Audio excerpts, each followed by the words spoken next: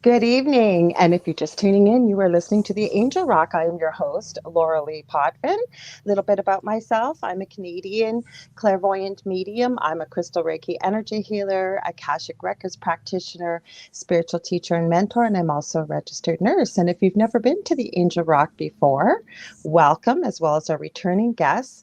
On my show, I say cover all aspects of the supernatural and esoteric, as well as I have my guests that I have on come from all walks of life, whether professionally or extracurricularly. They're making a positive change for humanity.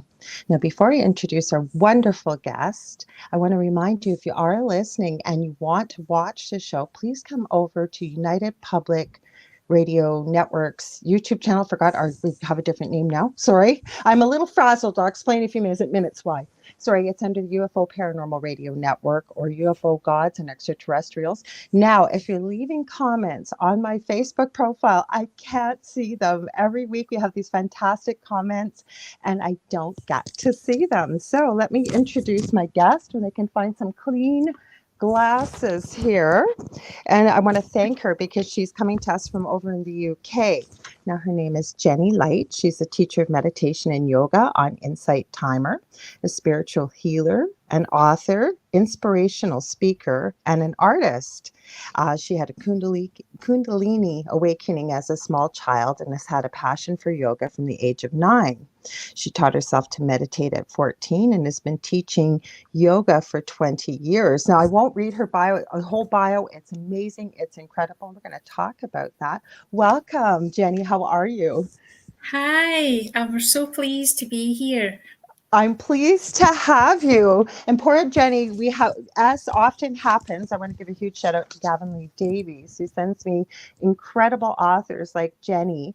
And I never get to meet these wonderful people face to face, if you will, on camera until we come on the show. And tonight, boy, was I cutting it close, you guys. And I'm sorry I'm a few minutes late. As you know, hey, Dave, welcome. Dave Petrella and the chat there. He's been on our show before. He's an astrologist, a biologist, really interesting guy and a great supporter of the show. Anyways, last week we had a scheduling snafu, mostly my fault. Well, it was my fault. I shouldn't say mostly, it was. And so I decided to go live anyways. And we talked about many things. I did some readings online. And then I pulled out my resin that I'm doing every spare minute because I'm going to be launching a resin store with a spirituality line and everything else under the sun line. And of course, what did I do? 5 o'clock, I mixed up this huge pile of resin. I go, oh, I got lots of time. Yeah, and then I looked up as I'm getting rid of the bubbles, it's like 5 to 6. So I was running like crazy. So thank you, Jenny. Thank you. Because you've never been on StreamYard before, right? No, I haven't. No, so yes, I'm a newbie. Well, you did it great because believe me, she just popped on and she was waiting for me. We've got Art Greenfield. Uh, I'm not sure. We'll see what other comments they leave there. Whether we've got somebody that's spamming us or what they're doing. They're leaving links here. We'll see. I don't know yet, Art. Don't mean to be disrespectful. We'll see what else you post there. So Jenny, what did I miss from your bio? Tell us all a little bit more about yourself. I love your accent, and I have an accent Oh, to you thank as well. you. I know. Yes, I where do I start? I don't know. Do I start now? Do I work backward, or do I start when I childhood and work Well, forward? you were talking, a lot of people don't know what a Kundalini awakening is. Now, I do, but for our listeners, what is a Kundalini awakening and how did you know that you had one? Well, I didn't as a child. I was 5 or 6, and I Wow, did. that's I early. didn't. I didn't know what it was. Hmm. I used to have these uh, very strong, powerful sensations that ran up my spine. It was like Hmm. a it was like hot lead. It was really, Oh, really powerful going up the spine, and then I would lose control of movement of my body, and then I just was in this expanded space where I was at the same one in the same time as vast as the room and as small as a seed. I felt the tininess of myself, hmm. but I had no words to describe it. it would go as, you know, I don't know how long, whether it was like that for hours or minutes, I don't know. And then I could feel the heat going back down the spine again.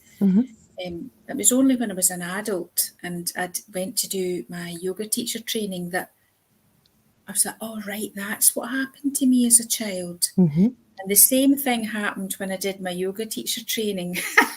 So what does Kundalini awakening mean for people that may not understand what that means? Well, it's an expanded state of awareness. The Kundalini it's an energy that wraps itself, you know, as a potential is dormant at the base of the spine, 3.5 times wrapped around the base of the spine.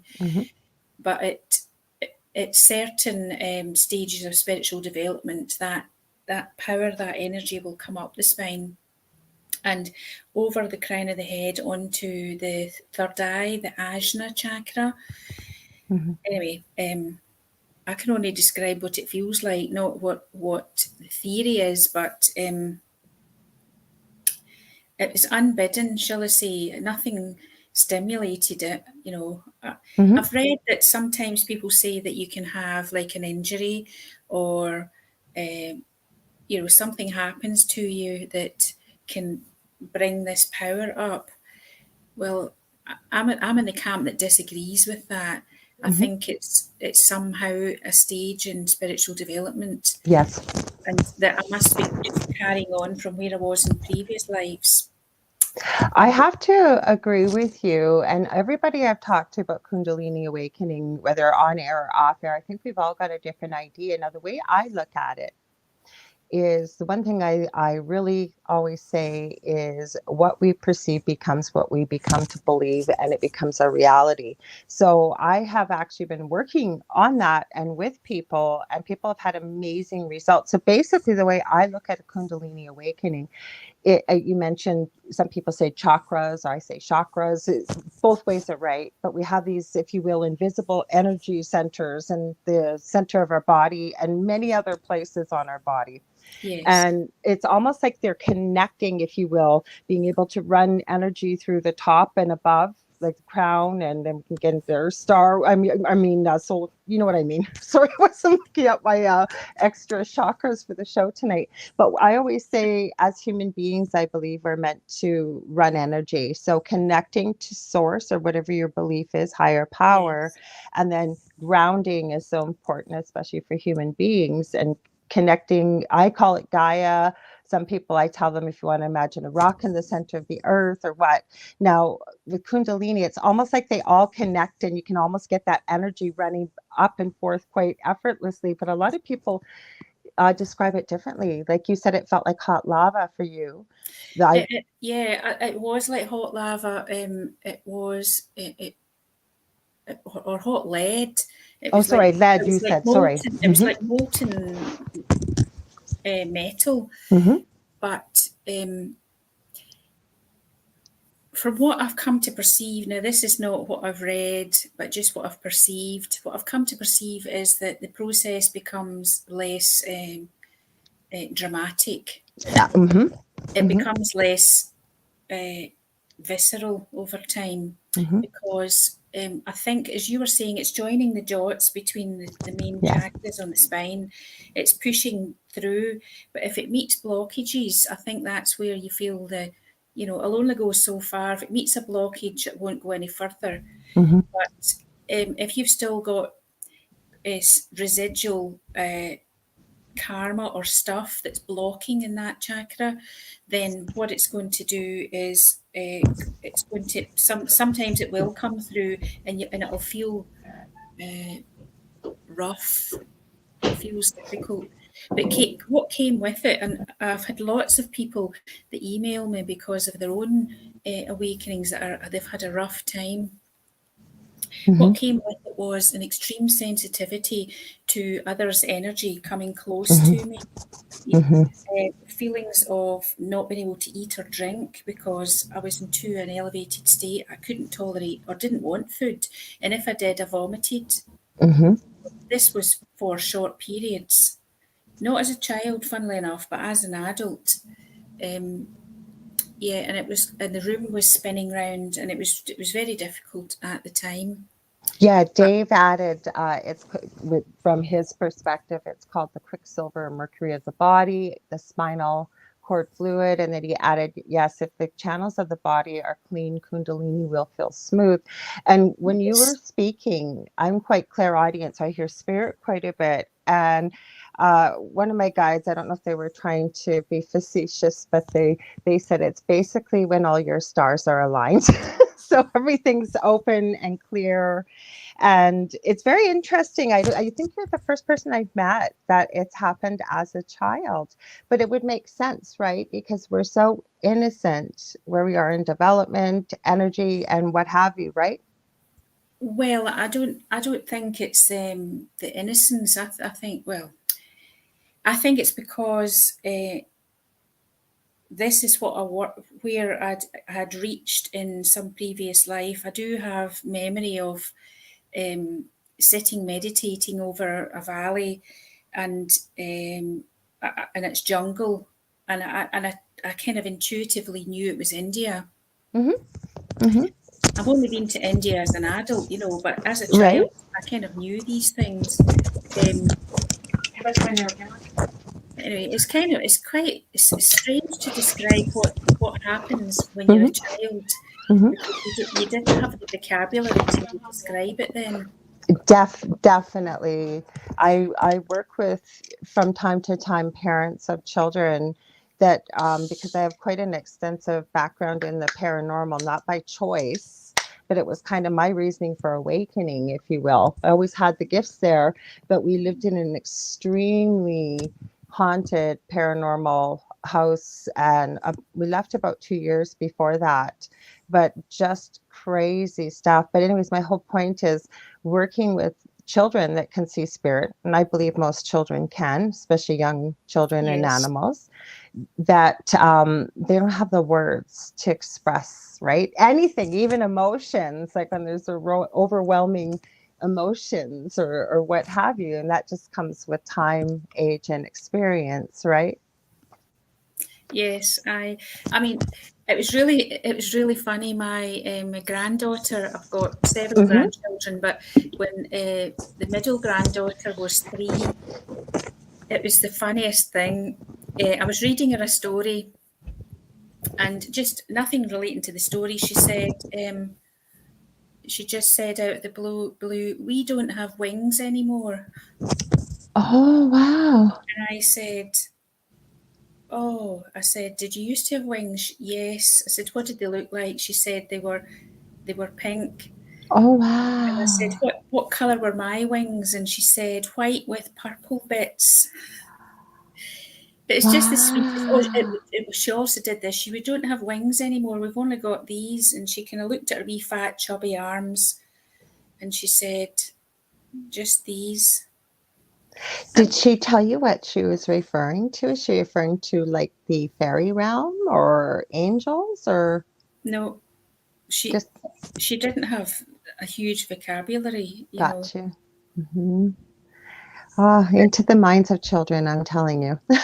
They come out with the. I mean, the age of 3 or 4, they're still remembering some things, but Oh, yeah. Hmm. beyond that, no. That Hmm. was funny. Yeah, I totally, believe that there is no end to our I existence, agree. and that this life is only a blip. It's only a very short five. It's Millisecond in yes, a eternity. millisecond in the Hmm. millennia of Hmm. our existence. Hmm. I'm using I'm using time terms to talk about And there something. is none on Time, the other yes, side. yes. But when you live in a world of duality with a Hmm. finality of the body, you have to come to terms with, you use terms that can be, relative. It's the best you can do. Hmm. Well, then to wrap your head around some of the deeper spiritual concepts, that you have enough evidential proof to know that there is truth to it, especially when we connect with the other side, I believe. or Yes. even through our own personal experiences, and then thrown in with religious dogma, like I was raised Catholic and sent to Catholic school and what have you. I no longer identify with religion. I'm highly spiritual. For me, I say my belief is God.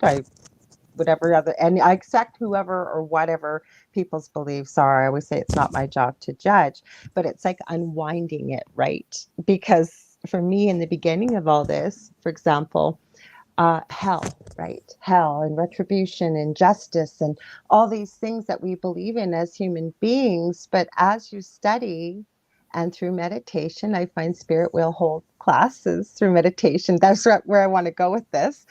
And you start to unwrap it, and it really gives you pause for thought, doesn't it? And then to try and explain these things to people that maybe haven't quite thought of that yet. They still believe that there's a hell and, people are going to pay, and not Mm. realizing with the millisecond that we're spending here in eternity what it really is, right? Well, yes. I mean, this world is heaven or hell. Mm-hmm. Yeah. I mean, it has lots of vibratory rates of being depending Mm-hmm. on Yeah. your spiritual development. And for some people, this world is hell. Mm-hmm. Yeah. In fact, the challenges that we have in every second, we have the left side of us, which is the ego side, that is Mm-hmm. throwing in negative comments. It's throwing in a spanner in the works, Mm-hmm. and everything that you try to achieve, there's resistance. And on the right hand side, you've got your heavenly connection. You Yeah. connect with God or the divine, whichever you'd like to term, and you're in every second of every day. You're being uh, challenged to identify with the light or the dark. Mm-hmm. So in a way, it's such hard work that for many people it really is hell. Mm-hmm. No, I have to agree with you. And the way I forget it was a podcast I was listening to. It made a lot of sense to me. And you kind of see it in life too, but then you get into the whole conversation about we choose this life, we choose our parents, we choose our experiences, our lessons we want to learn, and what have you. And, I know I could be wrong. It's just my theory, but I believe that, and like I said, I really identified with this podcast, and they were talking about life being in a canoe, and as you try to paddle upstream, when you're fighting what you'd really come here to do, and to understand the concept of oneness and unconditional love, what have you, right? And it just gets harder and harder, or life becomes hell. But even if you give pause, you stop and you breathe, eventually that current's going to start turning your boat downstream. And it seems the more, and I don't know if it always happens, because I know we have challenges built into our lives as well. But as we start to paddle downstream, the journey becomes easier because we start heading towards some of those lessons we've learned. Is those some of the concepts you've ever talked about or written about? Yes, but interestingly, um, the river analogy of the river of life uh, is the easy route, right? Mm-hmm. It's actually top for tail what you've just described. Mm-hmm. As far as the kind of yoga philosophies that I've read about, Mm-hmm. whereas the easy route is to follow the current downstream. Yes. You're moving further away from source. The Yes. source, as in God, is at the head of the river, so you have to fight against the current, Mm-hmm. and that means you're actually fighting your own um, ego nature. Mm-hmm. You're overcoming, and there's this yearning and striving to get back to that source, that oneness. Mm-hmm. So there is a constant sva dharma, which is this uh, striving to get back to source, to live the best that you can in any moment, to live from your soul Mm-hmm. self and not from the ego self, from It the makes complete and utter sense to me. Absolutely. Now, you've written a new book. It's Awakening the Lotus of Peace, Yoga Meditation for Inner Peace. So what is that? Why did you pick that title? What are you trying to say with this book? Well, inner peace is our true state of being. Mm-hmm. Right? It's not something to be, um, attained. It's only something to be realised, if you Mm-hmm. know what I mean. Mm-hmm. That peaceful state of being, the soul state of peace, is who we really are, and that Mm-hmm. resides in the heart. So we're awakening the lotus, and also lotus has all this symbolism of the highest kind of flower of being. Usually, the lotus is talked about as the crown chakra, Yes. Yeah. um, usually, but in this one, I'm talking about the heart lotus opening and allowing all this peace to come out. Mm-hmm. What if we had no resistance, no feelings of enmity or fear or aggression towards anyone? And that means also making judgments on other Mm-hmm. people. What if we had none of those things and we were pure and clear in the heart and all that emanated was a peace? Now, that is the peace that Gandhi had suggested to be the change that the world needs, to be that peace. So in this book, I'm teaching how to use yoga breath, to use meditation techniques, a bit of personal growth stuff. So spiritual exercises to get to know, to get to grips with that very pernicious ego self that's holding on, and these channeled meditations on peace to try and experience different states of peace. Mm-hmm. Interesting. So, I guess I'm going to ask you with no judgment. But are you suggesting then that we banish the ego? The reason I ask that is just very quickly is with one of my mentors, and it made a lot of sense coming from the old big pharma background, being a nurse, that the ego has a purpose to me. So she suggested we make friends with the ego because it's a part of who we are, the whole. But I'd love to hear your thoughts. Well, I don't think it should be fought in the way that it should be, because that which you resist persists. Yes. Right, Yes. so if you're fighting it, then it persists. Mm-hmm. No, it's merely to see the ego for what it is. Yes. Right, if it's coming, if there's a negative thought comes in, that's the ego. If there's a negative feeling comes in, that's the ego. Right? It's Mm-hmm. not you. And Sorry. yeah, it's okay. I was reading Dave's I comment. was too, and I thought, well, you were going to say something. So go, I'll read it in just a sec. I wanted to finish hearing what you were saying. And then, So the ego has to be overcome, but not through fighting, but through realizing what the ego is and choosing the softer, gentler way of the soul mhm. to operate I through. think we're talking the same language because when they said make friends with your ego, for example, when I do an Akashic Records practitioner session with somebody, we invite the ego to be a quiet participant observing from the side. So we invite it to feel like it's included. But again, I think we're talking the same language, but just using a little bit different analogies because you're right. Recognizing what the ego is and what it's there for and why it's there. Like it's the same thing with an appendix, right? We can get appendicitis. You'll hear from a surgeon, it's a piece of the body we don't need. Well, so far medicine has determined that it's a piece of the body we don't need, but it's got to be there for a reason. We just haven't, whether it's something from the past maybe that we no longer actively use or whatever, it's still part of who Possibly. we are as a human being, right?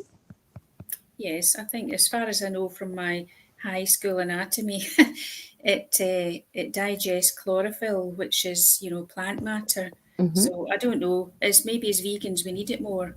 Who knows? Maybe. Now, I have never heard that with science or anything that it digests chlorophyll. I could Never be heard wrong, that. but we're talking. No, I I'm like. remembering 40 odd years I ago. hear So you. I hear you. No, but you know what? That would kind of make sense. But when it gets inflamed or what have you, they take. I know Oh, we've got another. Sorry, Art, that's a pretty long link. I don't think we can read it, unfortunately. But I guess I don't know what you were trying to search there, but I appreciate you including the link. I don't know if maybe you could find a shorter one because I'd love to see what you posted. I hear you. I'm going to look that up, Jenny, because just because I haven't heard of it doesn't mean it doesn't exist. Like that would make a lot of sense. It really, really would. Well, I'm not a scientist, but I'm just Mhm, remembering from high school. mhm. I, But I, we'll come back to Dave's I, comment. that, I was, you're reading my mind. So do you want to read it or do you want me to read it? Dave says, yes, very good. The thousand petaled lotus flower is the crown chakra.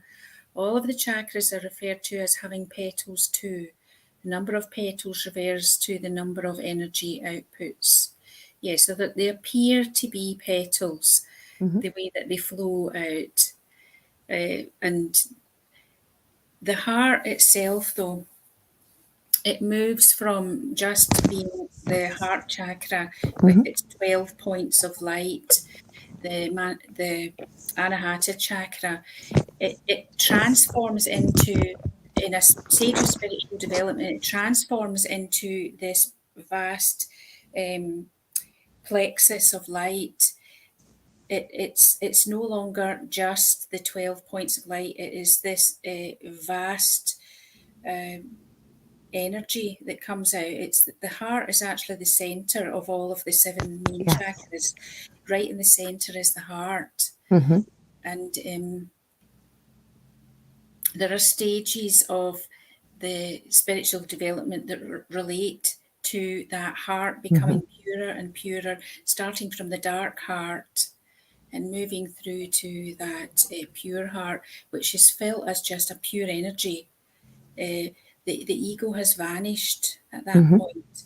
Now we'll come back to the ego topic if you don't mind. Not at all. I'm just going to The acknowledge Art here for a second. Thanks, Art, because yes, now I know what you were trying to post. I appreciate that. You said it's a list of 21 psychic abilities, and Mitzi Balivo says, thanks for sharing. So thank you for joining us, everybody. Really appreciate it. Go ahead. What were you going to say, Jenny? I apologize. I like to involve our people in the audience so they feel like they're part of the absolutely. show. Hmm. So what were you going to say? The ego. Um, You sorry, what? said you wanted to come back to it. So, well, what I'll ask you then, because you get people that will say uh, that this isn't possible, and I'd love to hear your thoughts because I think it is. Anyways, is do you think inner peace is achievable? And I'm going to add to that sustainable for throughout the lifetime without, if you will, the egotistical parts of things that we pull into life with everyday life. Well, I'm going to challenge the word achieve Hmm. because that suggests it's something that needs to be won or Exactly. attained in some way. But in actual fact, it's just dropping into that peace. It's realizing that it's always there, but we can't perceive that peace when we are so beset by all of the ego, busy, busy body, busy mind, busy emotions. Everything's like a storm inside. Hmm. Even though you might be calm on the outside, if the inside is not calm, then you can't perceive that peace. So that state of peace is actually always there. It was the peace troubadour, James Twyman, that said, peace is always present, but sometimes hidden.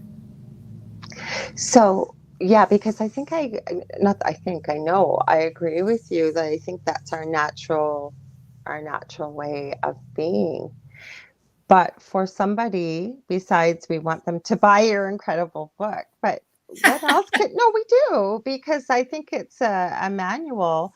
Um, what other things can people do to get back to that natural state? Thank you. I used it on the banner. I forgot to tell you, but I always use people's books on the show banner so that if people are in a bookstore and they may not have seen the title, but they'll see the picture and they'll hit the subconscious, right? Where did I see that book? It's a So beautiful cover, isn't it? it's gorgeous. The colors, again, really embodying inner peace, I Yes, believe. And yes. green being a healing color as well, I Yeah, I believe. worked with two amazing artists for this book. One of them did the cover design Hmm. and she interlaced. This is Suze McCallum. I'll give her a wee plug. Um, Good. she interlaced the other artist's piece mandala Okay.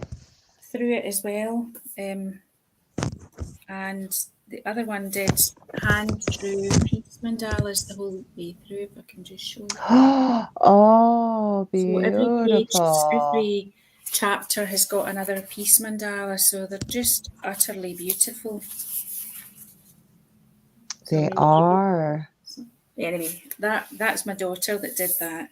Ah, well, I'm glad. You should give her a plug on that. There's beautiful artwork. As I Yes, mentioned, being creative, if I'm not doing spiritual stuff or very social, so I love to talk to different people from around the world, even not just with the show, but off the air. If I'm not doing that, I'm doing something creative always because with meditation for me, I have a bad back and it would be very difficult for me to sit for mm, an hour or two. So that's why if you see me moving around on camera, it's because I need to to reshift my balance here with my back. But so when I do meditation, sometimes if I have a busy day, I'll break it up throughout the day, little bits here, little bits there. Because once you practice, I find it's easier to get into a meditative state and faster.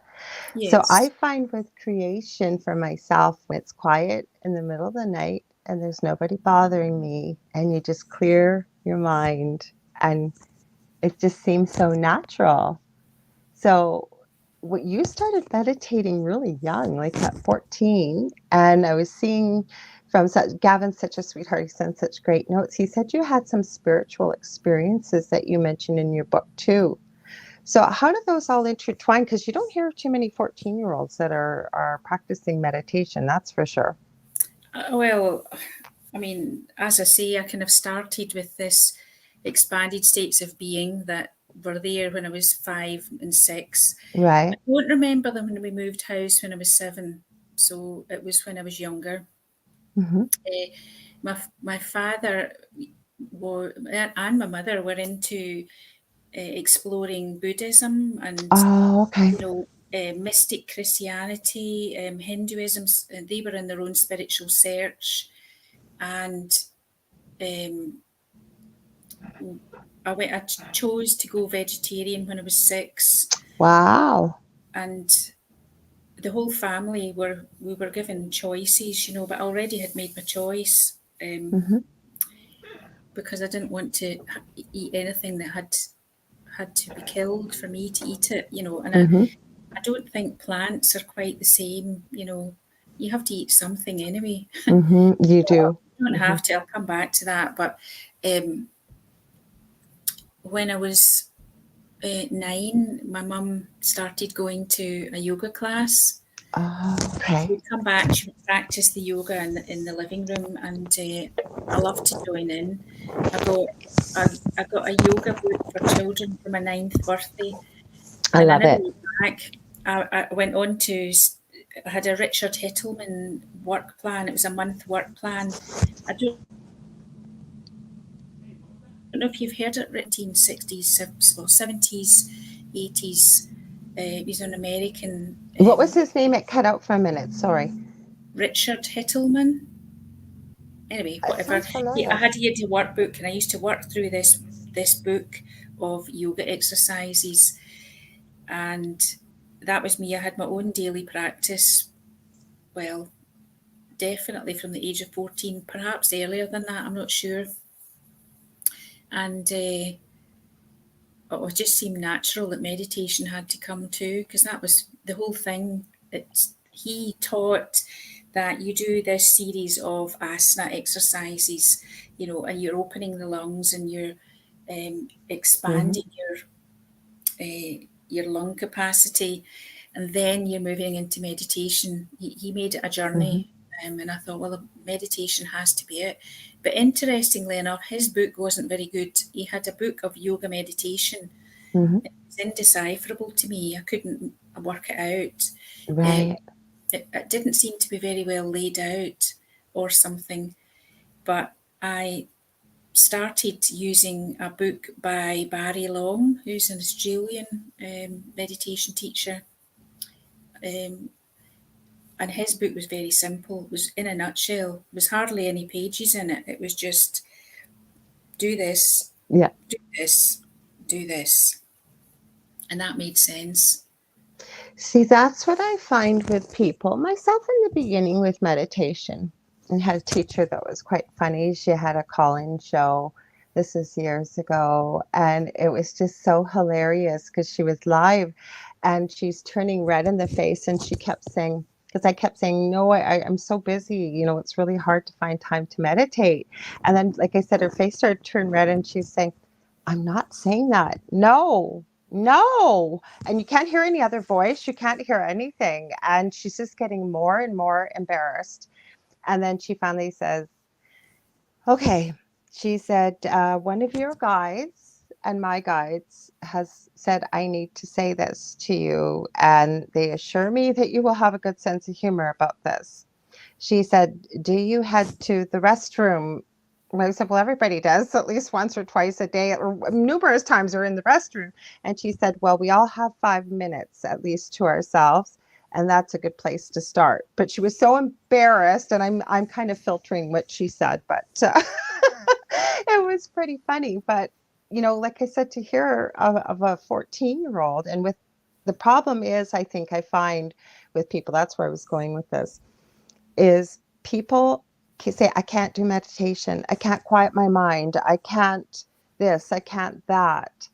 And that is the big one I find with people saying they cannot quiet their mind. So, does your book start sort of with a beginner aspect or give suggestions on how to get to that natural state Yeah, of inner peace? I would say the book is it kind of it broaches all abilities, but it does have in the introduction, it has the kind of meditation in a nutshell.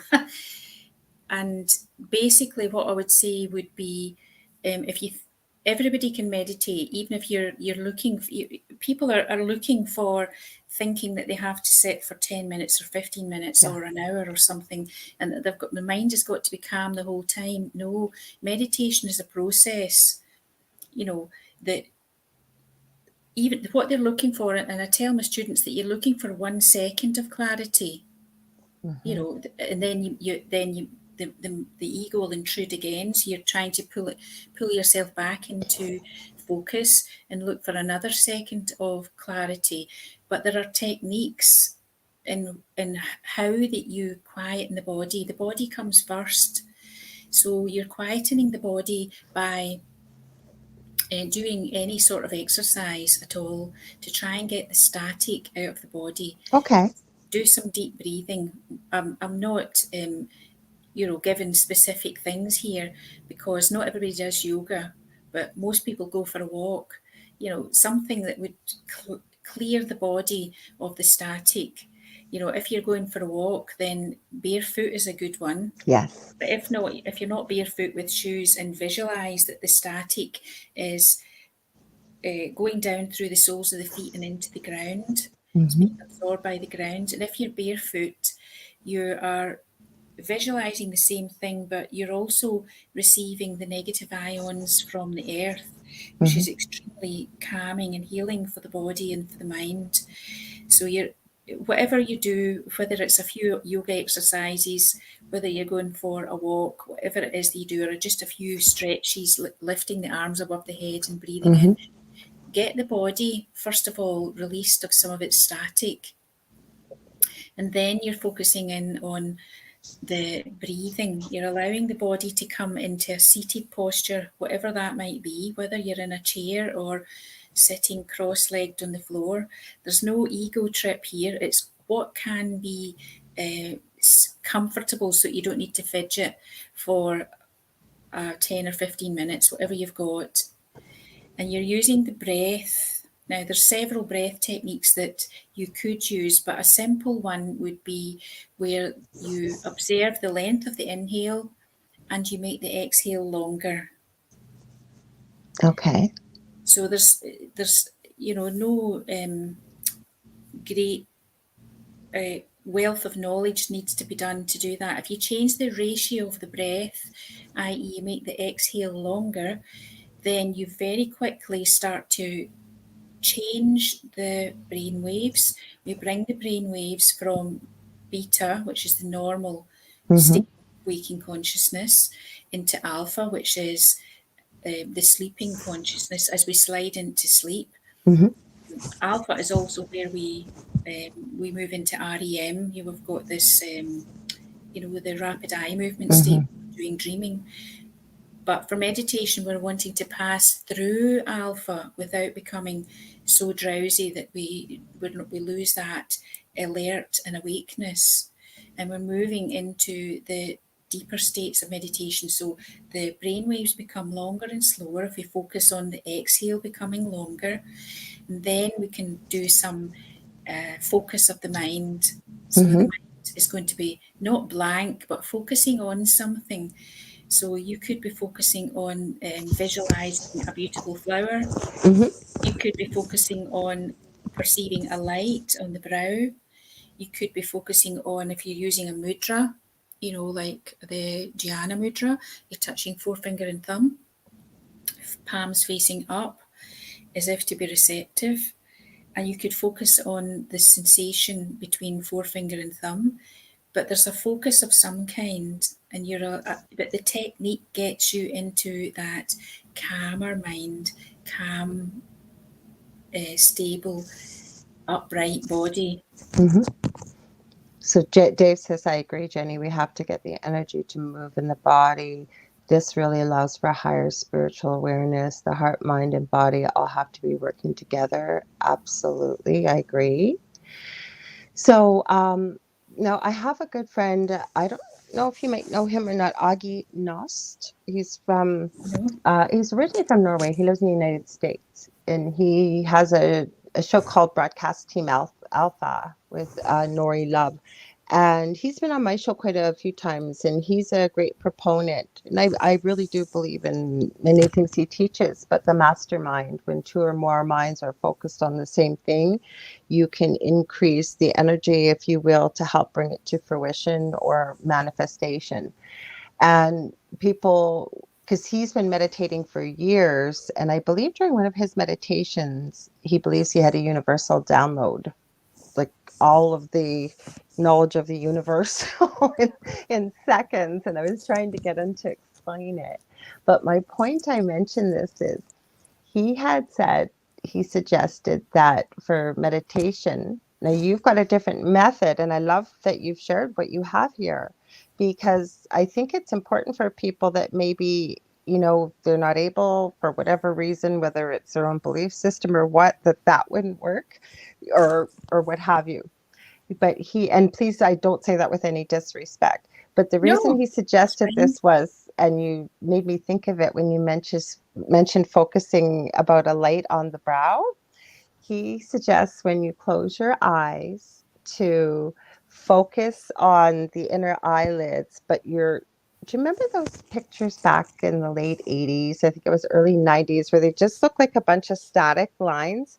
But if you could unfocus your eyes, the picture would reveal.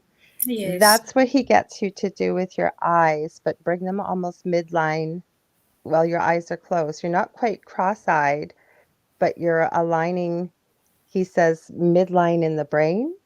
And he explains it much better than I do. And some people actually really found it helpful.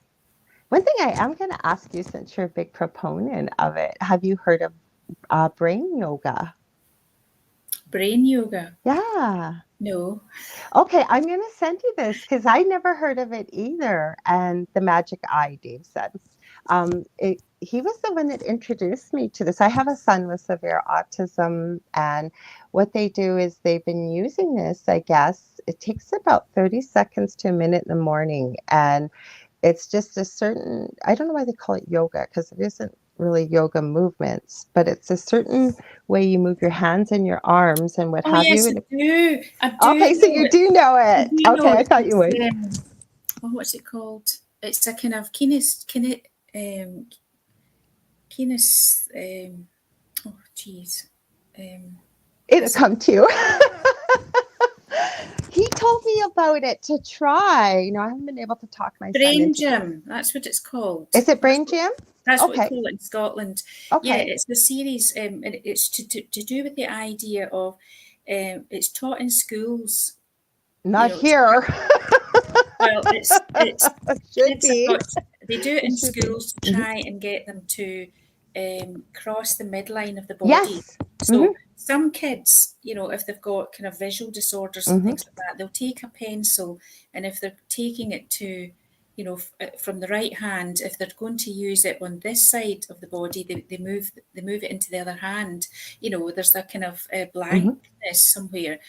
Anyway, they get them to um, draw a dot on a bit of paper, and then they've to do the same movements with the two hands. Hmm. So you're doing like a figure of eight with the two hands. Yeah, that's I think what it was. Yeah, And because then see, they're it's getting them to do the dot and cross the midline. So you're yes. using your dominant hand, Hmm. and you're coming through the dot on the paper and coming back through left to right, right to left. Hmm.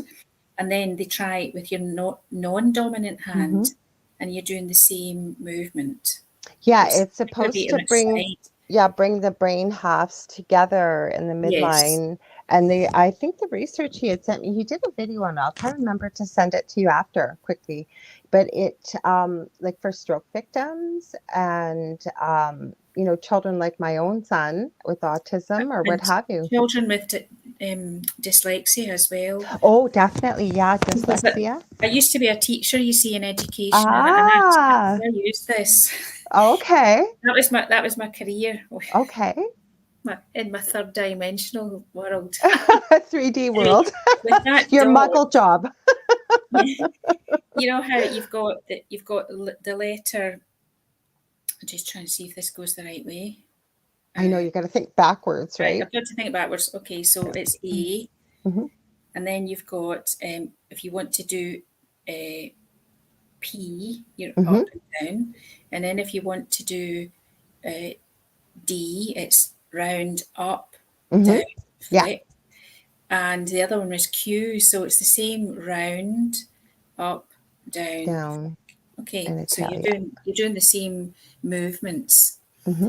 Um, but that's great for kids with dyslexia because you've got the same starting point, and you can use that in that same exercise, which is to go round, crossing the midline, like the dot where Mm-hmm. you've got the paper, and then you can start to go up, down, round on the figure of eight, up, down, round on the figure of eight. Yeah, because that's what he was talking about, this series of 30 seconds to a minute exercise every Yes, morning to do it. Mm-hmm. it really So, works. It makes amazing differences. mm-hmm. There were other exercises that were like, I'm just uncovering my ears. It's kinesiology. That's the word I was trying to say.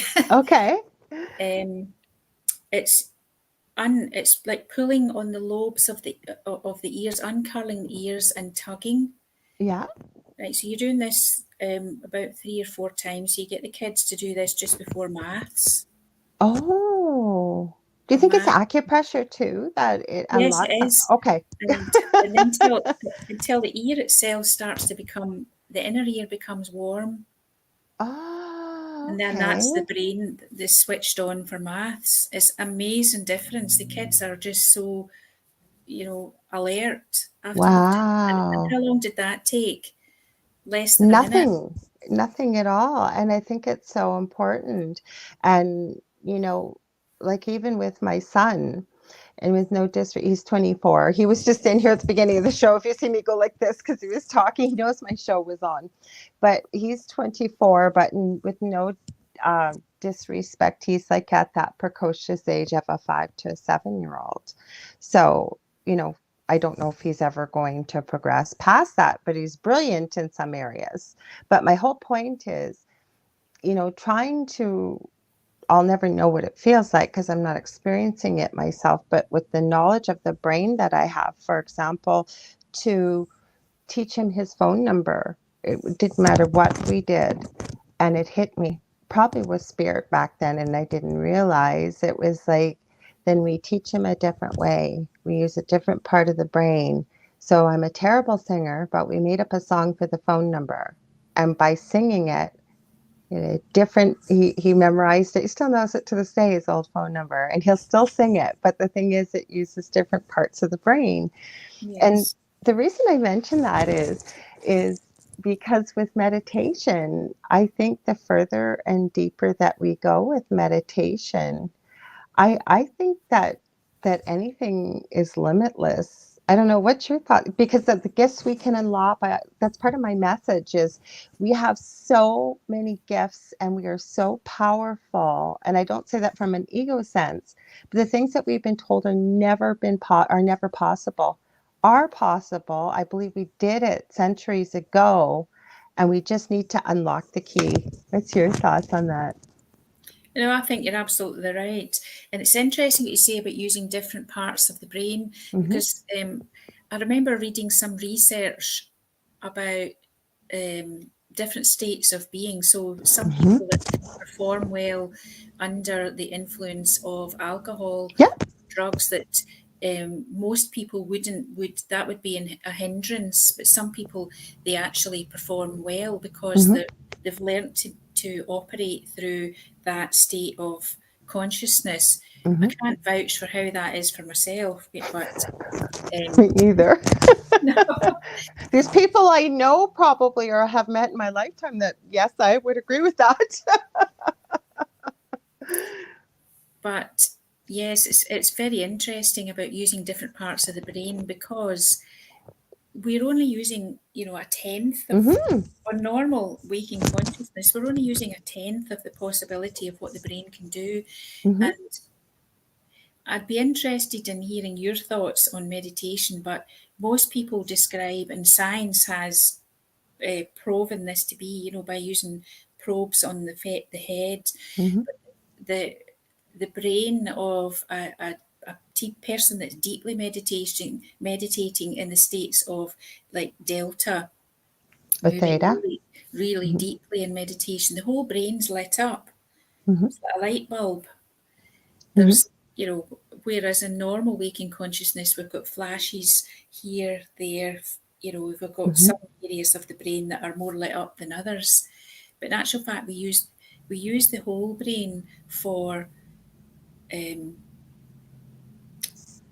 doing activities. It's just that some areas are more lit up than others. But as someone that's a stroke victim, they Mm-hmm. have to learn to reuse the brain in a different way. They have to Mm-hmm. learn to speak using a different part of the brain. Mm-hmm. The brain is the most amazing facility. It's It been is. neuroplasticity teaches us that the brain is malleable, it's changeable, it grows new neurons every day. Mm-hmm. There was this idea in the past that as someone became older, that somehow their brain closed down and they were able to do less. But in actual fact, we do produce more neurons. We just have to give it the opportunity to be stimulated in order to, or use our willpower. Your Mm-hmm. willpower can make changes. Everything you have said, I agree with 100%. And you're right. It's not just children who can grow neural pathways, new neural pathways. We all can. Or, that's part of, I don't mention it often in the show, but I'm also a medical intuitive. And coming from a big pharma background, not that I subscribe to it, I always look for something natural or not full of a lot of chemicals if possible. I mean, if it was life threatening and you had to go to the emergency, obviously. But my whole point in saying that is I truly believe that the human body is capable of healing no matter what it is, but because of either belief system, trauma, and I'm talking mental, physical, spiritual, or what have you, that we end up storing these pockets of energy and they become dis-ease. And for example, I have a cavity medication I have to take. It causes cavities. Now, the first thing we would do is go to the dentist. Well, being on a pension now and living in Canada, well, the prices are up all over the place. But anyways, it's an expense right now that I can't incur.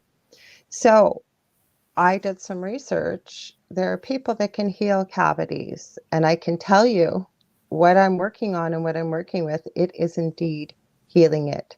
Now, they tell you that's not possible. I have seen medical miracles that the olders, it defies explanation.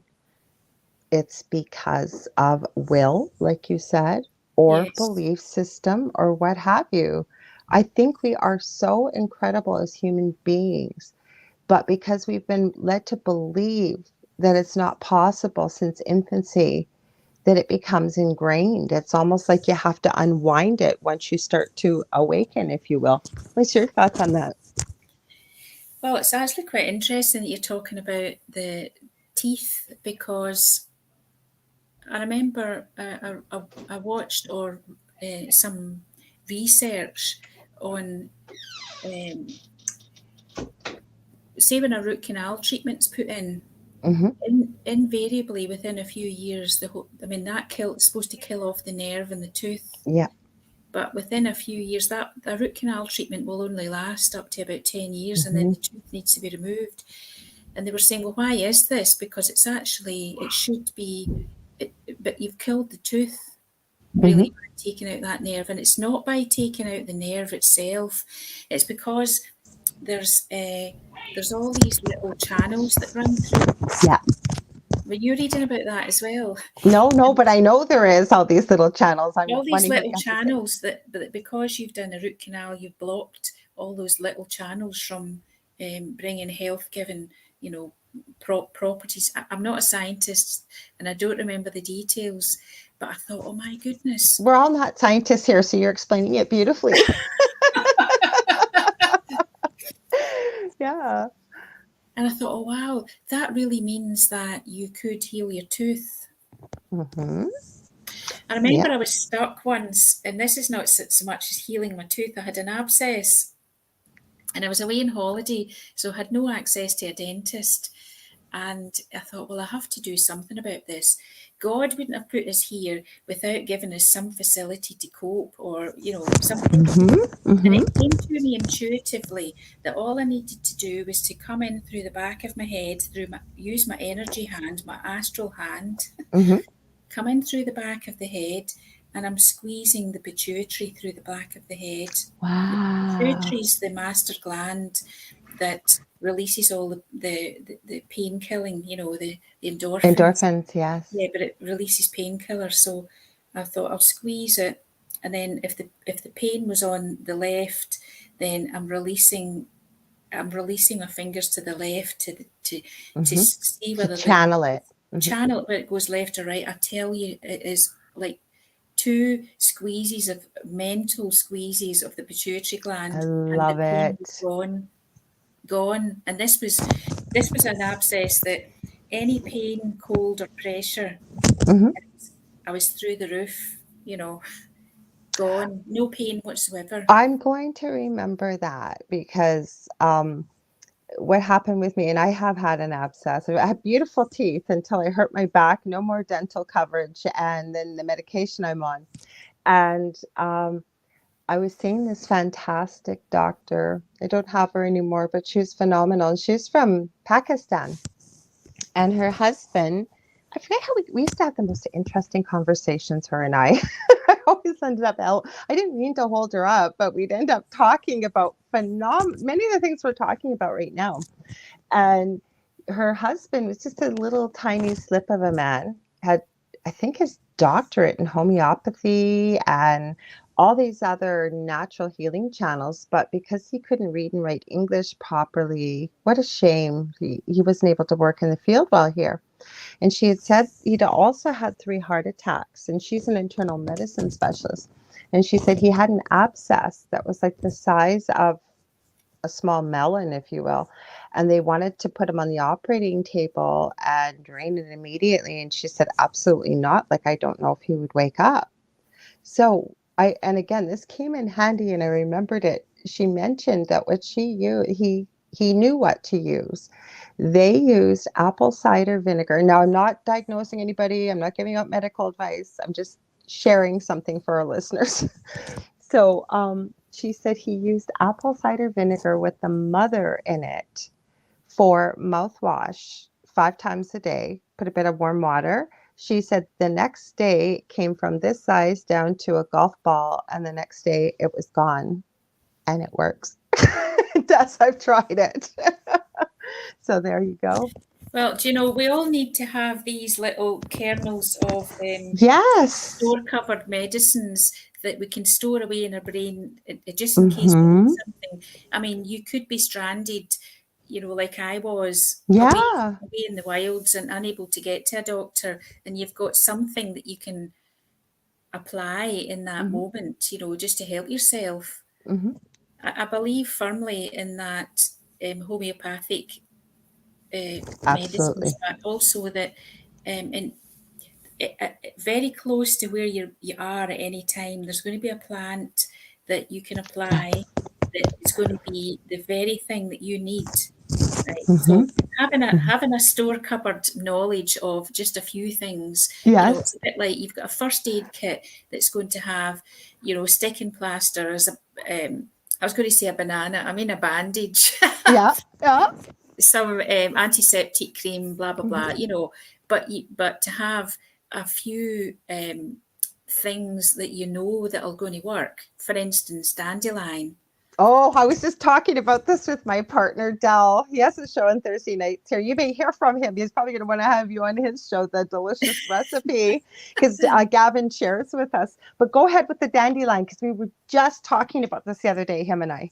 Well, it's actually got so many properties, you Yes. know, but you have to look at the the the properties that the plant has that it displays, because that gives you an indicator on what it's going to do for you. So, for Mm-hmm. instance, for the dandelion, it's going to come up through a wee crack in the pavement in the sidewalk. You're going to get dandelions appear everywhere, absolutely Yes. everywhere. They're pernicious. Right? Mm-hmm. There's no stopping them, and the roots go way, way, way down. Mm-hmm. So that gives you an idea that it's actually a powerful plant, you know, and Mm-hmm. the fact that they're everywhere, I mean, literally everywhere, Mm-hmm. that means that you can possibly pick one up, although you have to be careful when you pick them up that you're not where dog walkers are and not where perfumes are, you know, that sort of thing. But I yeah, hear but you. the leaves, the aerial parts can be used for uh, like uh, bladder infections and that sort of thing. It's very good for cleansing the body. It's got loads of other properties. I was hearing that it was anti-carcinogenic, but I Oh. don't know that. I don't know all the ins and outs. I just have a rudimentary knowledge, but I have some 3 tomes that I go to. I've got this is my herbal medicines library, Mm-hmm. and there between one of them, I'm going to get what I need. The Ross Tratner book, which is it's a very old book, I think. Ross Tratner. Tratner. I'm going to have to write this down. Yeah.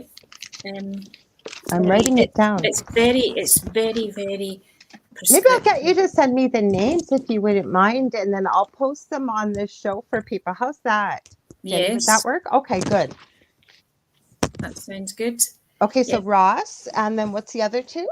I don't know off the top of my. Oh yeah, Oh, one I do know. It's the Neil's Yard herbal book. okay. So this is a kind of commercial tome, Okay. like Oh, I big got that. thick book, and it's got plants from all over the world. But I mean, Neil's Yard will be able to order you, or Mm-hmm. you can order in plants. I've got a herbal medicine, uh, like a firm that's in Glasgow. It's the Woodlands Herbs, and I just phone them up Oh, and I say, "Can I have this?" Because I've looked up my medicine books, yeah. and I say, "Can I have this?" And it's in the post, and it arrives the next day. It's fantastic. Nice.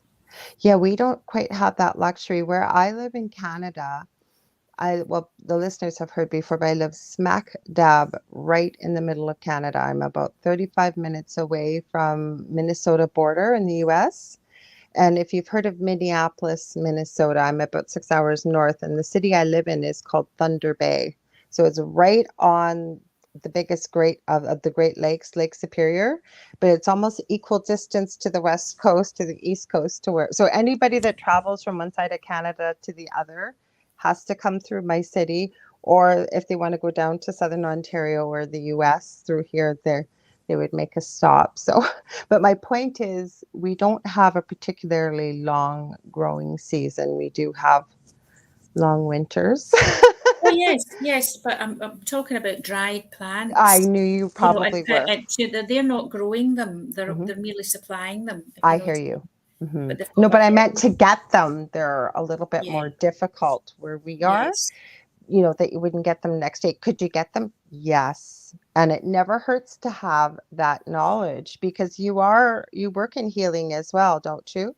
yes. I thought so. I do sound healing with tuning forks.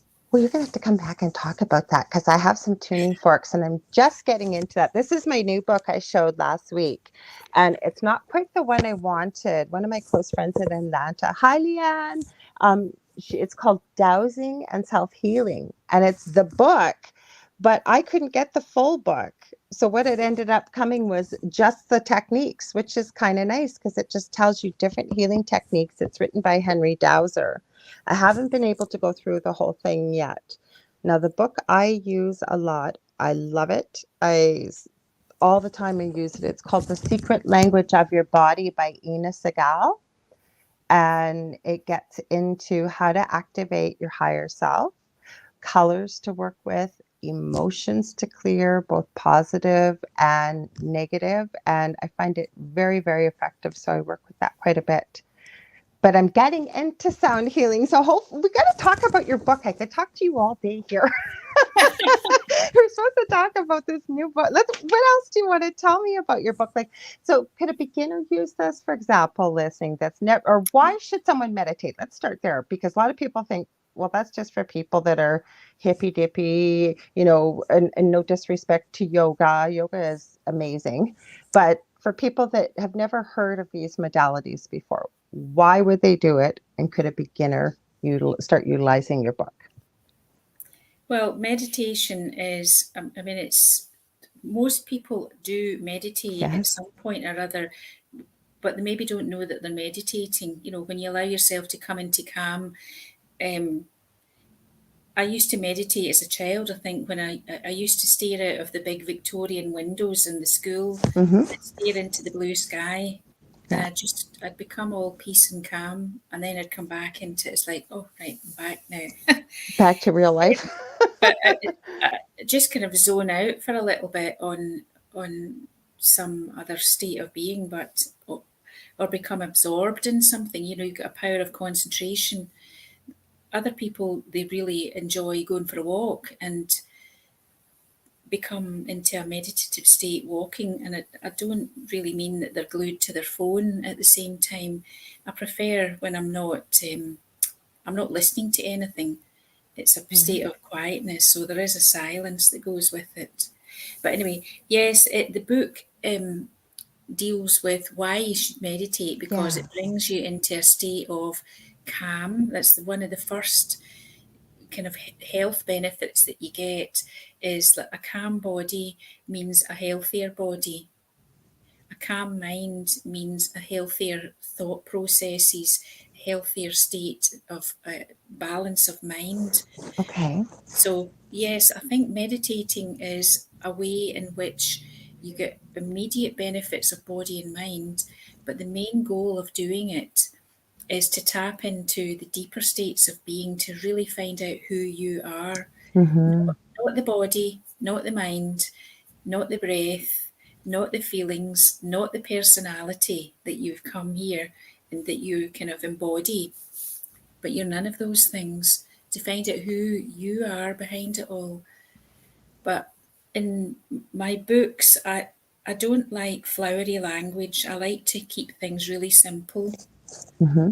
It's like straight to the point on things, so that people can really get to grips with it. I try and keep it as simple as possible so that it's suitable for folk that don't really know anything about meditation and also those that maybe have been doing yoga or even some meditation techniques for a while. There's something for everyone in the book. I love it because I talk about meditation quite a bit, and I use the analogies. Well, it's not an analogy. I believe it to be true. I mean, it's not just people in our fields that use meditation. CEOs of companies use it. Professional athletes use it. I was just watching, I've watched quite a few podcasts. Like I said, if I'm not in that quiet middle of the night state doing some meditation while I'm working. But I've studied near death experiences for about 40 years. And it just happened to come up on my YouTube feed. And I thought, well, this looks interesting. And I was listening.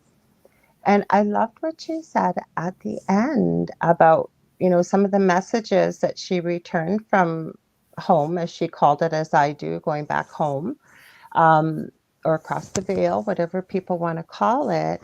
And part of the advice that it was suggested, if she was open to sharing, was it is so powerfully necessary every single day to have a period where you quiet the mind, because you're right, that's where you get these answers. That's, Yeah, people come to me asking, just really quickly, I was going to say, what's my life purpose? I'm stuck. These are the kind of things where you can really get some clarity and answers. Would you agree? absolutely. I mean, Mm-hmm. you once you've quietened the mind, then you move from a state of busy mind into a state of intuition. This is a state of just knowing, so that if you want to have a question to your inner self, then you Mm-hmm. just formulate the question and instantly the reply comes back and you Mm-hmm. just know. Yeah, I know it's different for everybody, but I realize I've been hearing spirit my whole life. Do I hear voices? No, it's my own voice, but it's said a little differently. It's said always positively, always with love, sometimes a little firmly, more firmly if I need to hear it. I always joke and say I have one naggy spirit guide that just will repeat it over and over and over and over and over. It's like, yes, I heard you. So, you like you said, the knowing that you know that this was the answer to your question. Maybe something seemed impossible. You didn't know where you were going to get the answer from. And I always say, where people will say, I got that stroke of genius or what it is. Well, in meditation, I believe that's sort of what you're talking about. You get that stroke of genius, the answer, and it's the answer, right?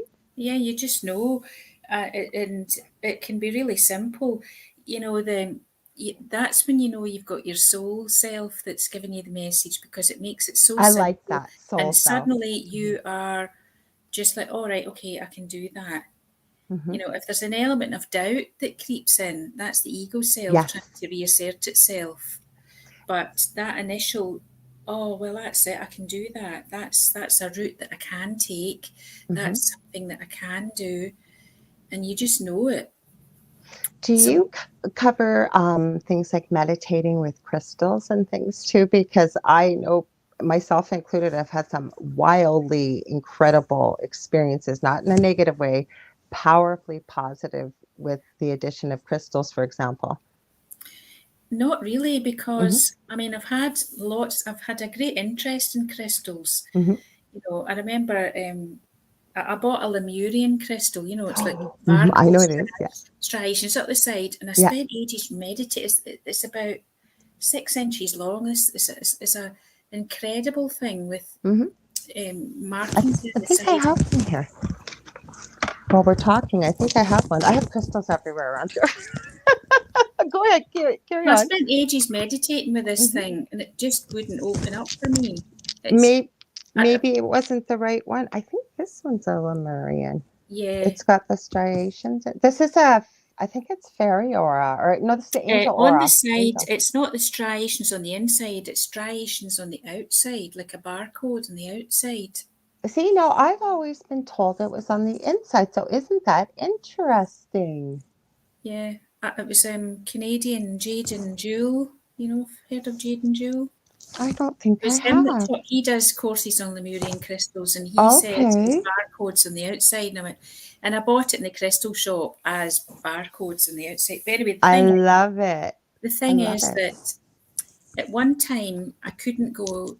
I couldn't work with crystals. I couldn't do anything. I couldn't go You're too near them. sensitive. Yes, because they sang. They were too much energy, and now they seem like stones. They don't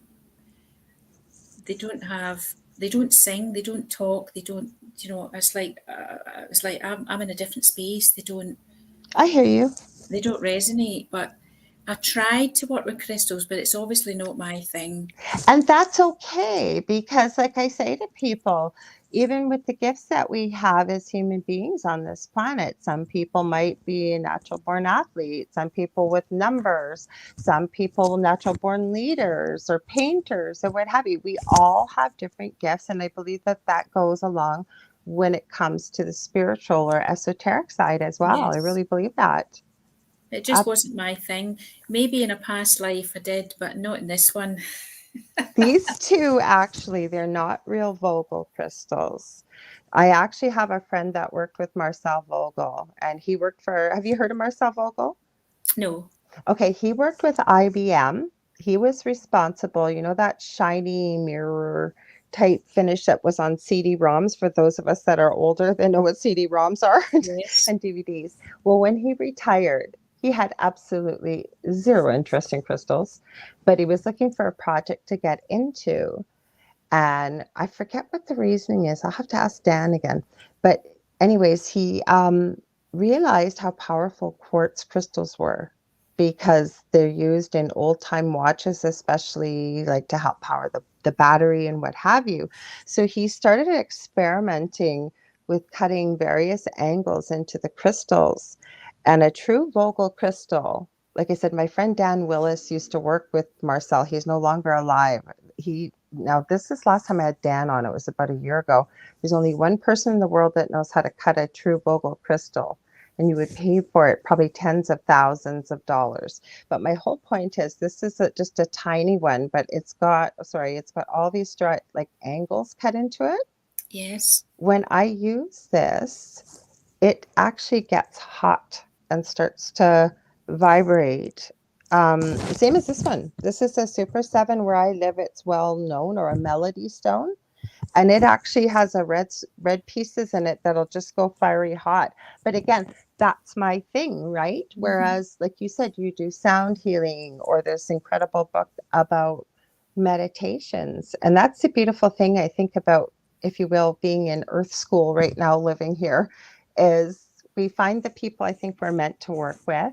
And you know, what you do might complement something I did or what someone else does. I don't know. What's your thoughts about that? Yeah, I mean, there's so many different modalities we could get into. Mm-hmm. Sound just makes sense to me. I love it. I feel the difference when uh, I use the tuning forks. They can clear mental clutter straight away. Mm-hmm. If you were going to buy one tuning fork, it would be the Om tuner. I Which have one. I have haven't you? even learned what it's. Oh, just over here. I'm not sure. I've got Like I them say, just. I found it and picked it up because I knew that in one of these days I was going to come in to meet either somebody or work with a tuning fork. It came with a CD-ROM and all kinds of stuff. It's in one of my boxes over there. Mm-hmm. Yeah, they're amazing. They really just. I mean, the Om tuner can be used to balance both hemispheres of the brain, so you're listening on either side, and Mm-hmm. really it brings the whole head into balance. It can clear static out of the body. There's a whole series of things that just one tuning fork can do.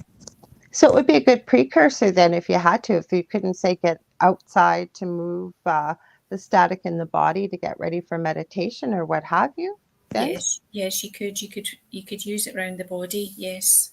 wow, wow, I'm gonna have to have you come on next. Well, I'll probably have you back on anyways. Usually, most people I have on here, I either get to know them well, or you know, they keep coming back or what have you.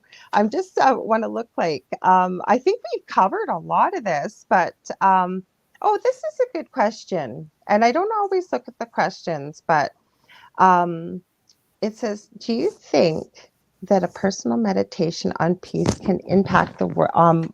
the entire world when it comes to, say, world peace. Absolutely. Mm-hmm. I think that, but yes, there's people that are doing amazing work out there in the world, but I don't feel that that's the role for everybody. And I think that we need to, as individuals, to meditate in order to do the greatest service that we can to the planet and to all the beings that are on this planet. That I'm not just referring to humans here. There's the animal and plant life and Mm-hmm. a myriad of unseen beings, Absolutely. but to do the best that we can for Mm-hmm. the planet. So your meditation then not doesn't it's not an act that's just going to benefit yourself. It's to benefit everybody. So you're meditating to drop into. You have to experience that peace within yourself and then amplify it. Mm-hmm. So some people think of peace as like the negative, the opposite of war. War is one thing and peace is another. But I don't believe in that. I think that peace is a positive state of being in its own right, and that peace already exists. In some realm, peace already exists. I was talking about within your own, the microcosm of your own being, that state of peace already exists. So out in the macrocosm, peace already exists. You merely have to, and merely, it doesn't mean to belittle it in some way, because actually, there's work here that's involved in this, but is to drop into the peace within, amplify it, and send that piece of the macrocosm out through your small vessel. But I believe that, like I always say, we have to focus on what we want to see, not what we don't, because especially I believe collectively around the globe, there's been such a feeling of negativity, division, anger, depression, sadness, and fear. And, every now and then again, with talking to quite a few people off air around the world, you'll get somebody that'll have a news item and they'll share it. And whether it comes from an independent news source or of the legacy media, it generates a first feeling of fear. So that's one of the things. And I always say I have to walk the walk of the talk that I do, because if I'm going to say to you, we have to focus on what we want to see, not what we don't. Because I think, again, getting back to the mind, and I think that meditation can help us really start to focus our mind, is that we can pretty well manifest anything we set our We minds can, to. and therein you've hit the nail on the head. Therein lies the danger on an untrained meditating mind, right? On a Mm-hmm. mind that doesn't meditate, is that you're perpetually, like that fable of, the ever churning. How did the sea turn to salt? It was this salt um, grinder that constantly it was magically churning out salt all the time. Well, we are unwittingly churning out all these manifestations, and if your thoughts are negative, then you are adding to that mass consciousness of negativity unwittingly. you I know think that that's important because, there's so many people. Now, lately, I've heard a few people say words matter, but I always say our thoughts, our emotions, and our words are some of the most powerful forms of energy, right? So I yes. think you really hit the nail on the head here that, again, you get into mindfulness here, but really being mindful of what your thoughts and emotions and words are. Like you said, go ahead. Yeah, absolutely. But on an untrained mind, so for someone that doesn't have meditate, it's very hard to uh, have, as you said, it's like a mindful state of watching what your thoughts are doing at any time, so that they don't veer into the negative.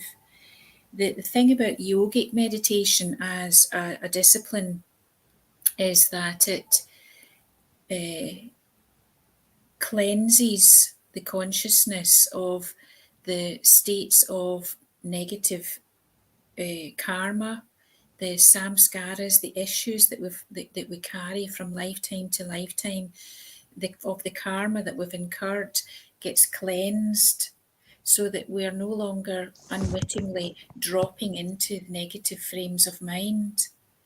These become easier and easier to veer away from. So, and you said, why meditate? If I come back to your earlier question, if you're, I'll highlight this when we get to the Dave's yeah. comment. So if Go you're ahead. wanting to do a service for the planet, and if you're wanting to have spiritual growth, then I think meditation is the way. Always say that, yes. Always including. And I remember when I was like this first learning too, and when I say first learning, everybody out there, no, I'm not the be all knowing. I will be learning to the day I leave this earth. I wouldn't even call myself an expert. I always jokingly say if somebody tells you they're 100% correct or the expert of the experts, and you have a lot of experience. But as human beings, I believe we have the potential to not always be right. And I'll be learning till the day I die. I will. So, but when I first started, you know, you get the same questions all the time as a mentor. How do I open my third eye? And what's the name of my guides? And, we're really enthusiastic. And I find that, and again, it could be wrong, but Spirit's always shown me the more we try to force it, the more difficult it becomes. We need to let it flow like water. And I call meditation our workspace. I really, truly believe it is. Yes, it can be used for lots of purposes. Mm-hmm. I know a lot of kind of new agey meditations are they're work, as you said, they're a workspace. You're trying to cleanse some aspect of yourself, but yogic meditation also non-specifically, i.e., you're not thinking about that which you're clearing. You're merely just allowing the process, allowing the breath, allowing the focus to clear, because you can feel your consciousness changing. You can feel it elevating from the Mm-hmm. normal 3D consciousness. You can feel it elevating into those higher states of consciousness as you meditate. Mm-hmm. Those shifts of awareness become second place. Sorry, I mean, commonplace is what I want to say. No, but when I say workspace, yes, when I'm mentoring somebody that's hoping, because I also believe every single person on this planet, should they have the desire to do so, like you just as inner peace is our natural almost way of being, if you will, we also have intuitive gifts. We have things like this, and for whatever reason or experience, somebody, whether it's even just a calling, chooses to pursue that avenue. But again, we go back to everyday life, because I don't want people to think that this is just for the new agey type stuff, because it's not. Again, like I said, bringing in a problem, bringing in, I'm writing 3 books. I've got the outlines, and I know if I sat down in meditation and work with Spirit, they're going to give me some ideas and thoughts and all kinds of things I hadn't thought about.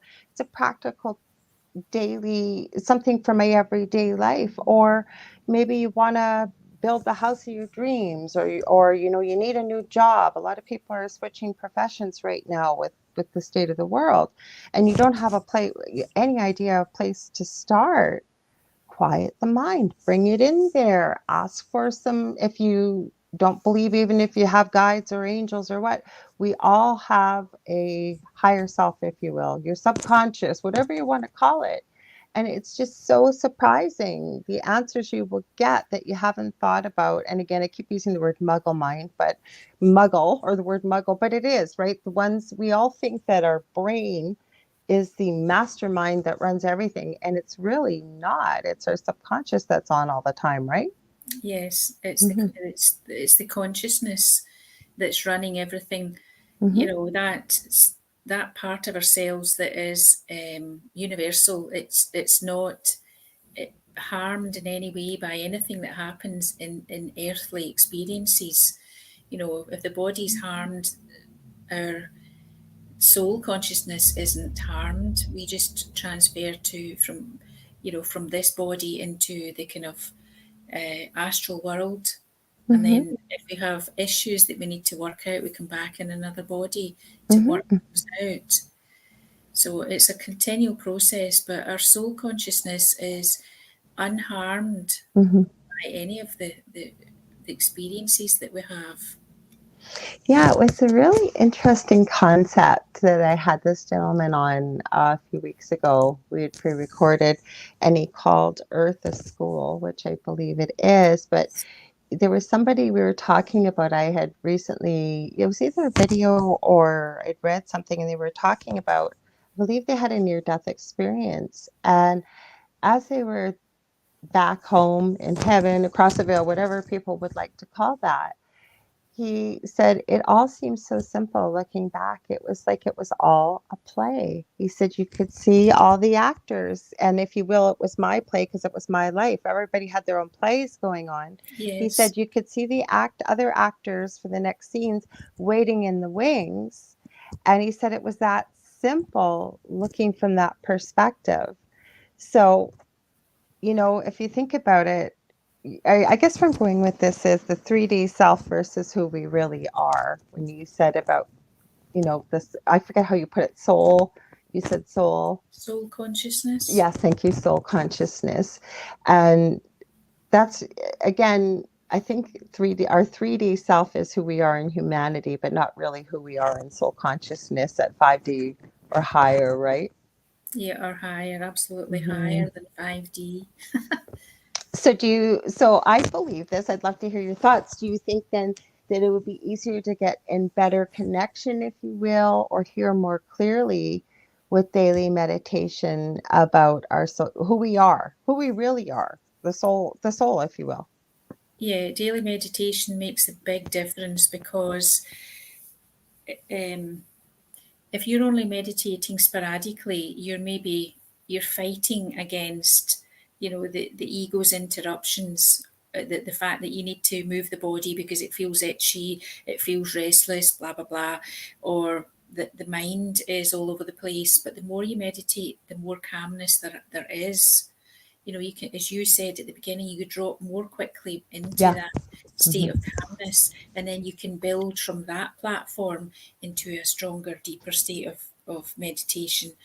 So persistence is absolutely paramount. You're not making any spiritual progress if you allow yourself to have an elevated state of consciousness as best as you can, and then you don't meditate for ages. You don't meditate for weeks or months Mm-hmm. because you've become immersed back again in the third dimensional reality or unreality. But The Matrix. meditation helps you to remember Mm-hmm. that this is just it's a dream. It is a play, and that you are the starring role in your own drama, just as everybody else is the starring role in their drama, Mm-hmm. and that all the characters, all the scenarios are carefully attracted to you Mm-hmm. to teach you some aspect of yourself, to either give you opportunities to be benevolent and kind, or to teach you some aspect of yourself that is still lingering, some karmic samskara issue that you're still holding on to, and to give you an opportunity to express that positive positively, from a soul perspective, and not to react from the ego perspective. So it was interesting the other day. I found myself coming up. It surprised me actually because it was coming up, and it was he was speaking to me. Oh, that is quite interesting in itself. It's like, oh, I've got a reaction here, and part of me wanted to be adamant and uh, to fight my corner, as it were. Yeah. And then I realised that actual fact this person wants a fight, so I'm not going to give that. This is a verbal tussle we're talking about, Mm-hmm. and on a point that was irrelevant. It wasn't some great big searching question. It was merely some mundanity of life, and I decided that I wasn't going to give that fight. I wasn't going to waste my energies, my focus, and Mhm. destroy my inner calm Mhm. by having that tussle. And I Mhm. thought, well, actually, I can allow them to have their opinion and allow them to have the last word. It doesn't ruffle my calm. Mhm. I love that you said that because I truly believe that anything can be contagious. So if somebody's angry and you match that anger, right?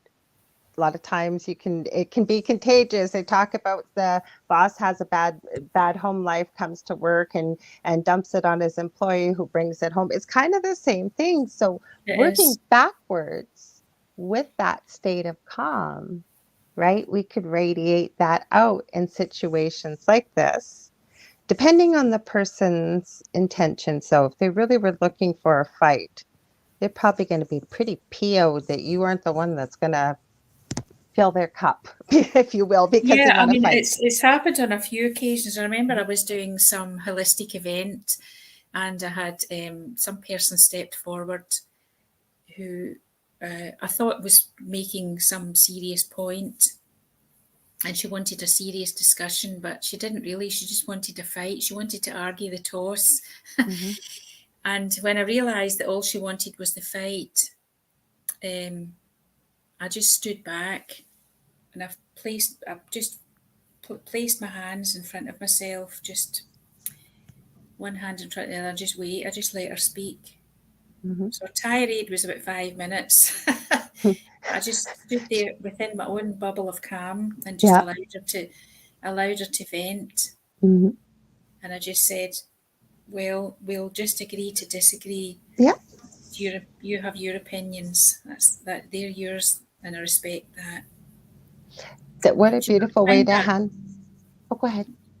I found well, we have choice in any moment as to whether to react or to choose to act wisely.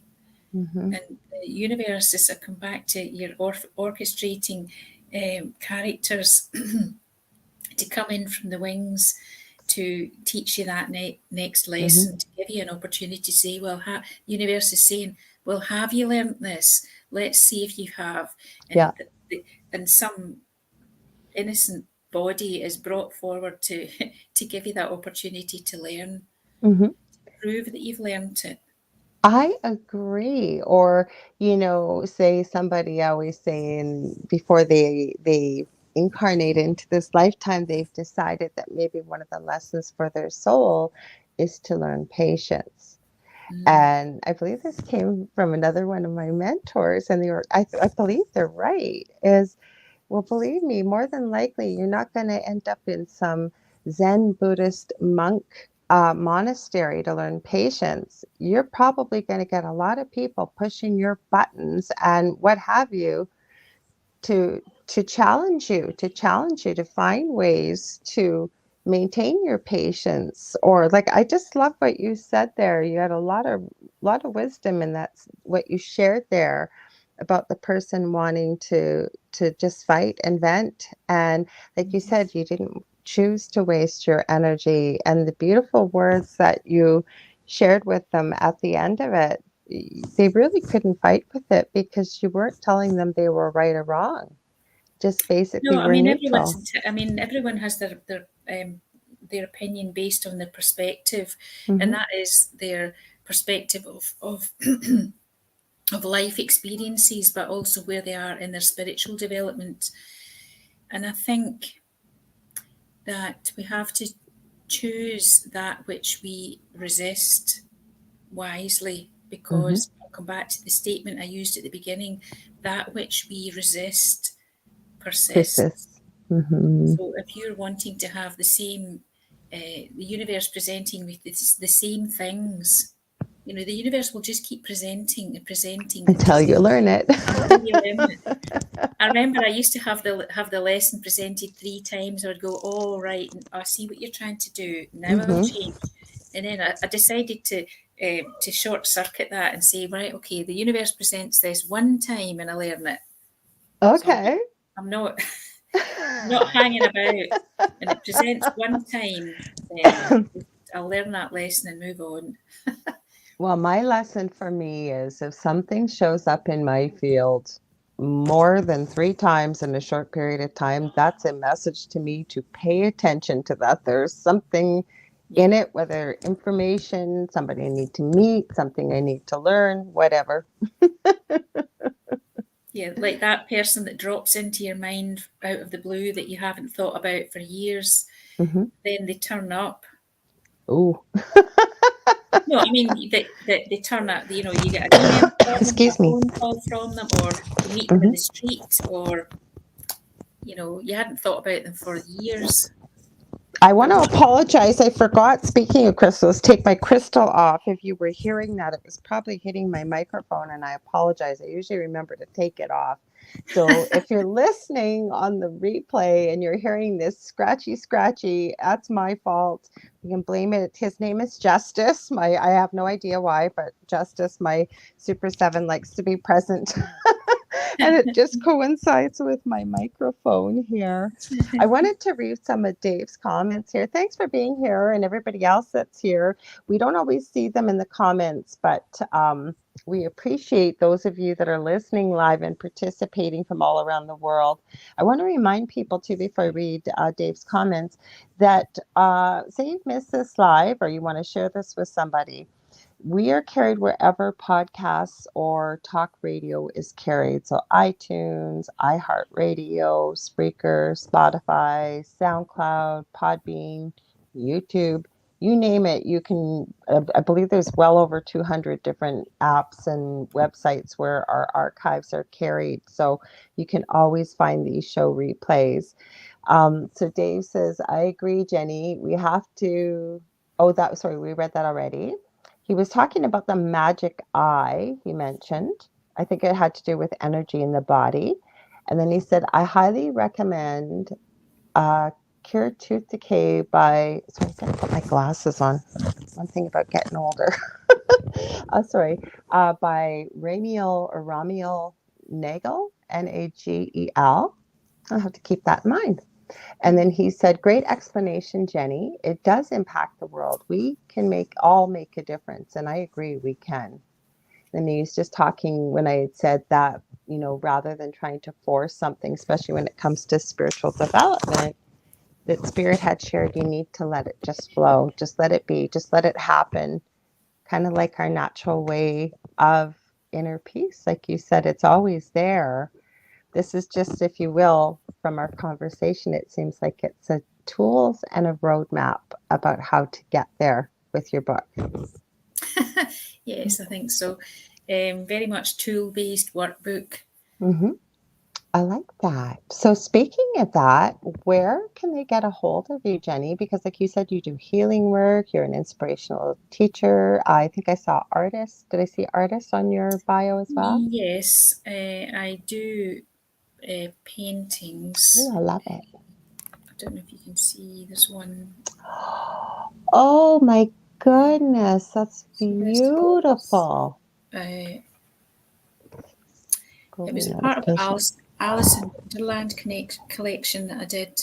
Oh, This was the one wow. where I chose not to paint Alice in. It's called The Garden of Dreams, and it's an oil painting. It's beautiful. And I've got, it's difficult to move this camera. I hear you. Anyway, this one was it's a I triptych. So love the colors. it's a dreamy woodland scene. Anyway, the picture's not very good. Yes, I'm an artist, in my days when I'm not doing other things. Well, so where can people buy your book? Where can they get a hold of you? I'd love to have you come back on again too and talk about some of the sound healing. I was going there with a few of your spiritual experiences when you were younger that was mentioned here. But like I said, there's so much more to talk about. I'd love to have you back on. But in the meantime, like I said, where can they find you and buy your book? Well, the book's on Amazon, so it's Awakening the Lotus of Peace on Amazon by Jenny Light. So anybody could buy it there. It's also in good bookstores, but definitely on Amazon. Okay. And you can get me at living-lightly.co.uk. So that's living-lightly.co.uk. So if Okay. you just Google Jenny Light yoga, then you'll get me. Well, I actually have your website on the banner too. We always put that at the bottom if somebody has one, or if you're listening, you can feel free to get a hold of me or message me or Jenny. Jenny's pretty easy to find on Facebook. I found her, or Yeah. anywhere else you're on. I know you're on other social media as well, right? Yes, I Mm-hmm. am. I'm on most things. I'm on Facebook. I am Jenny Light on Facebook. On I'm Jenny LGHT on Instagram, and I'm also Jenny Light on um, LinkedIn. Oh, good. I haven't found you on there yet. I'll have to find you. Well, I want to thank you for being here. You're absolutely delightful. I have to say, Gavin has never, ever, ever sent me. I just know now if he sends me a guest, I say yes, yes, yes, because everybody he has sent me all have written phenomenal books, delightful personalities, and you definitely fall in that category. I Yeah, I want to think you've only scratched the tip of the iceberg. I know we have. So I want to thank everybody for being here, whether you're listening on the replay or you've listened live. And I will be back same time, same space next week, 5 p.m. Central, 6 p.m. Eastern. I forget who my guest is. I'm sorry, guys. I meant to check. But if you ever want to get a hold of me, you can get a hold of me on Facebook under facebook.com/the Angel Rock. Say you've got a show idea, a question, maybe a guest you'd like to see on my show, or you want to book healing sessions or possibly a reading. That's how you get a hold of me. I very quickly have two groups on Facebook too. I have Paranormal University for all things paranormal, and then I have the Angel Rocker Tribe for many of the things that you and I, Jenny, have discussed tonight on there. So again, thank you so much. I can't wait to have you back on again. And Well, thank you thank you. everybody here who was live or listening, like I said, on the replay. So I send you all so much love and light, much gratitude, and good morning, good afternoon, or good evening, wherever you may be. Thanks again, Jenny. Thank you.